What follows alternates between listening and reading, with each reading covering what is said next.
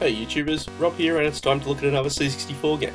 This time we're looking at Rescue on Fractalus, which, as you can see on the title screen, was released in 1985 by Lucasfilm Games. This was a port from the original Atari 8-bit version.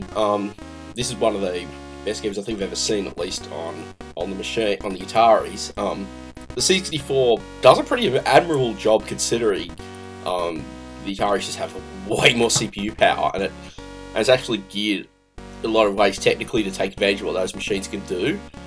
But it's an excellent game regardless. So, as before we dive in, there's not much in terms of presentation. You can really just set your starting level. 6. I'm going to start from 6 because the basics of the games are set up by then, and the pace is enough challenge. Otherwise, it's playing the early stages. Be fine for a long play, but I don't really want to do a long play. I just want to do a fairly quick one. So we'll start.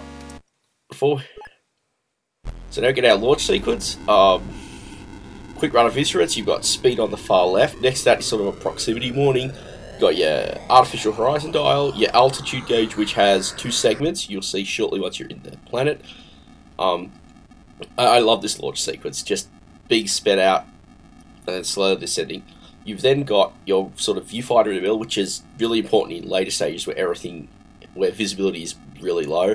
Your energy gauge, a sort of like radar, and then you've got range 2. You got a rage meter.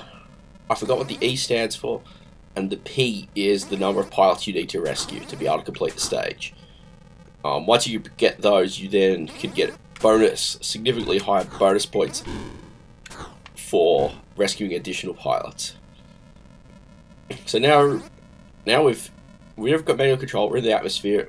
We're flying around.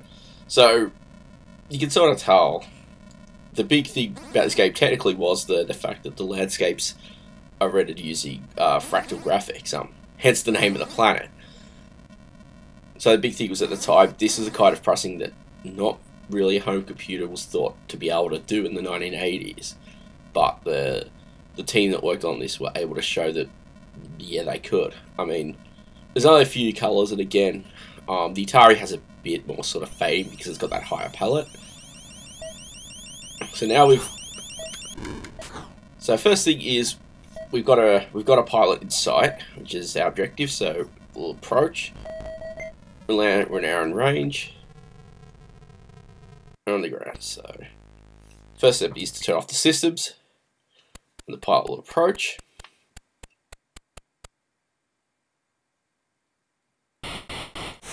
Then they've knocked on the door indicating they're all clear.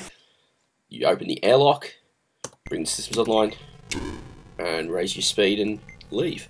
So, and where the challenge comes in is simply these levels just being twisty canyons. You've got enemy your primary enemy are the emplacements. There's one just coming up there that's firing a beam. So as you go through higher levels, there'll be more of them, and they'll get more accurate. There are also flying saucers. You would have seen one of those a little earlier. And there are also a few other surprises. I mean, later on, you just get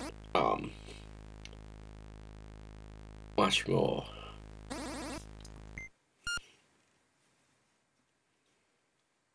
Later on.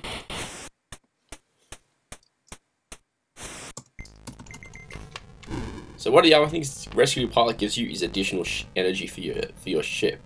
So on the harder stages, that's one thing that comes to mind. But as I was saying, a lot of the challenge really comes from the level design, from the increasing number of enemy emplacements, and a few other little surprises.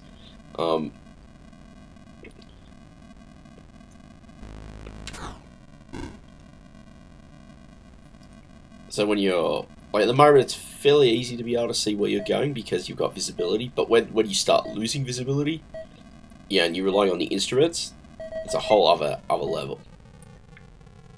Controls are really responsive, which I like. You would think for a game that's doing a lot of heavy CPU work on the C64 that it actually wouldn't be able to respond well, but I feel like when I'm hitting the keyboard keys to set speed, land, the games are responding really well. And even the joystick, again, considering the frame rate, it responds really well and is quite playable. Truth be told, I would love to see a modernised version of this, taking full advantage of, you know, what modern desktop and laptop computers can do, but I think that'll be a fairly far away dream. I mean, so within that, there is this fairly basic gameplay loop. Come in, find these targets, find these pilots, land, rescue them, and keep going until you've completed. So that part of that system is a fairly small loop, and it's executed incredibly well. And it's just that, yeah, you just have the major challenge of this game is in the environment. I've never gotten far enough to where, you know, you get the nighttime aspects of the game, so I haven't been able to see them. Oh,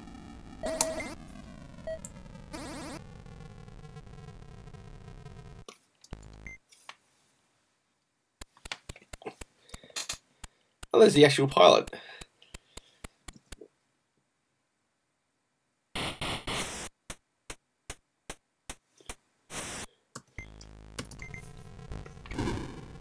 So, also on the panel, there's 3 lights on the far right that I didn't actually acknowledge.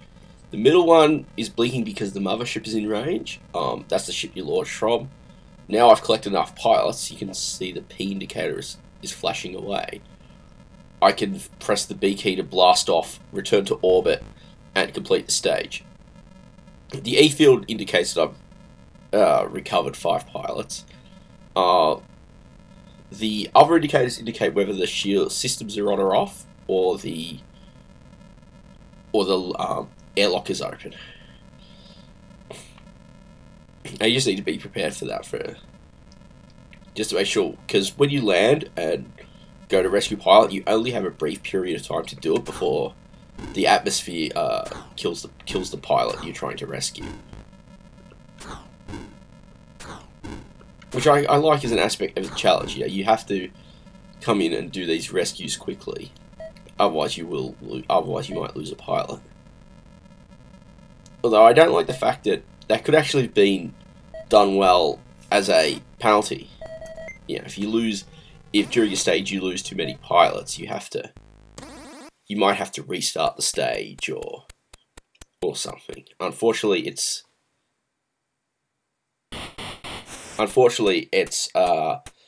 just a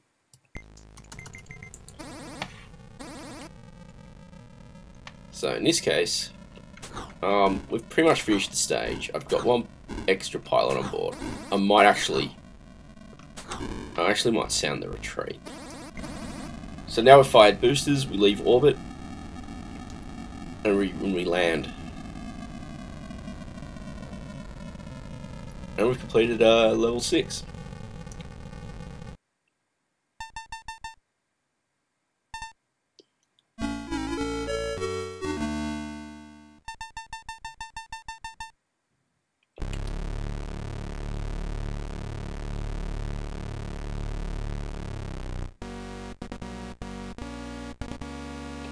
So let's go. Hear the title fanfare play, and now let's launch. So the conversion is actually pretty solid. Being written for the older Atari machines, they only have, like, the original machines only had 48k RAM, and in fact it was also released on the 5200 console, which only had 16k RAM. Sort of implies that the game doesn't have a great deal of presentation as a result. The 8-bit version did actually have a really awesome disk loading sequence, and unfortunately that wasn't preserved for this C64 one. In fact, I had to load this off a tape image, and it still separated out the initial presentation into a separate load. So it did the Lucasfilm Games logo, and then continued to load the rest of the game, which is a little silly. Okay, we're on the ground.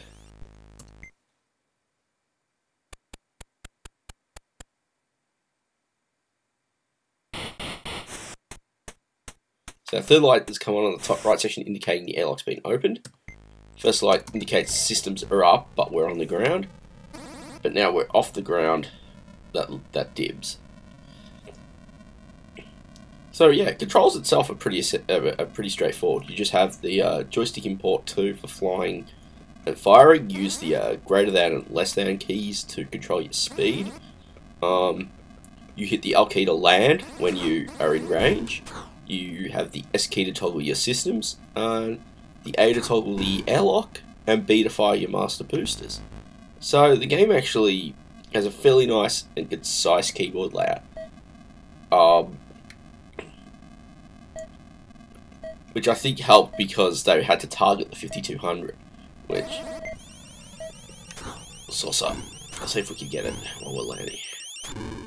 Yeah, we did. Okay, can we line up? We got it. Now we've got the ship in range. Turn the systems off.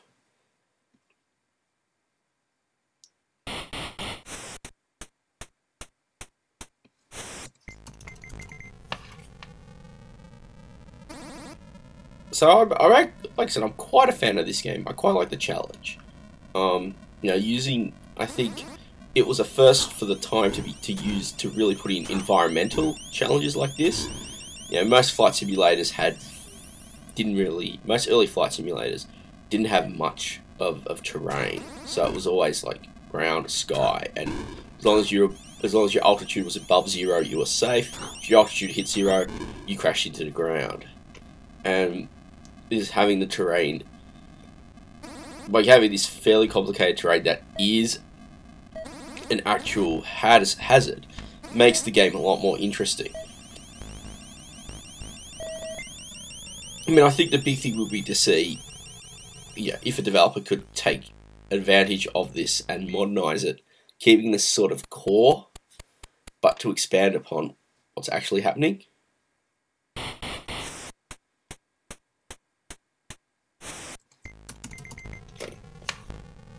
So, 2 more pilots to go. I think I will just wrap up with this stage and so you have an idea of what the game's like.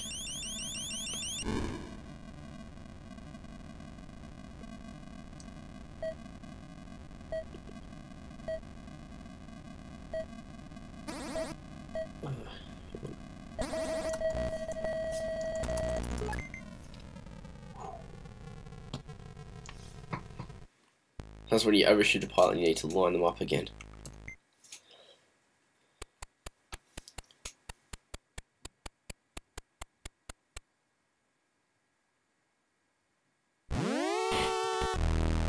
Whoa.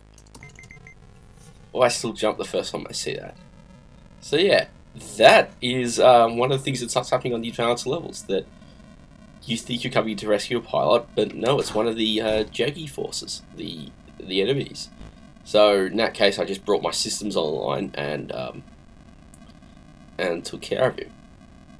And I remember the first time I played this, I didn't even know. First I played this emulating the Atari version, I didn't even know about that in the game, and I just jumped pretty high. So, and that's actually an excellent surprise factor, although I guess I've just spoiled it. But being unprepared for the enemy to do that, to actually be trying to infiltrate.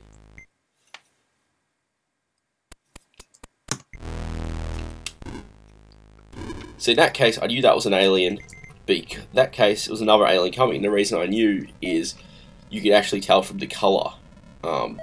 Which is one of the biggest tips, is to, if you can line yourself up so that you can see the ship you're about to rescue the pilot from, you can tell as they come out whether, if they're mostly wearing a like yellow and white, then they're one of you know, your allies that needs to be rescued.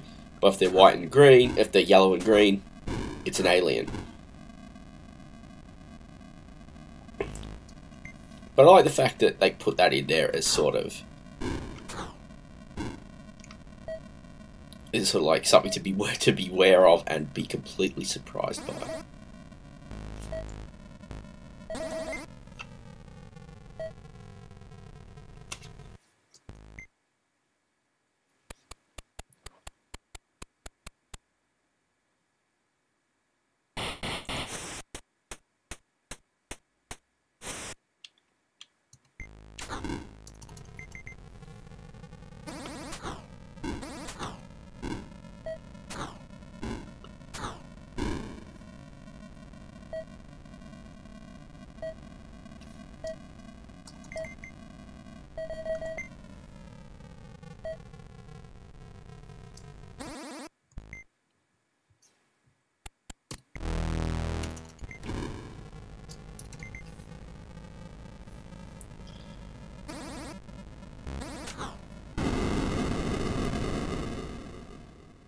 Oh, it appears that's a game over. So, that's Rescue on Fractalus, which took a massive leap in rendering technology, but also for a great, simple arcade-style game that was fun and challenging, and really focused on its immersion. The original game documentation was incredible, just in terms of the detail from what I've seen of scans thereof. But yeah, it's an awesome, fun game. Surprisingly, considering how weak the C64 is in processor speed, it still handles it quite well, and it's still one definitely worth checking out. Especially if you've got access to an Atari 8-bit computer. The game is just so much more amazing because of the extra speed. Thank you for watching. Leave feedback, comment, subscribe, whatever. I look forward to bringing you another video in the future. Bye.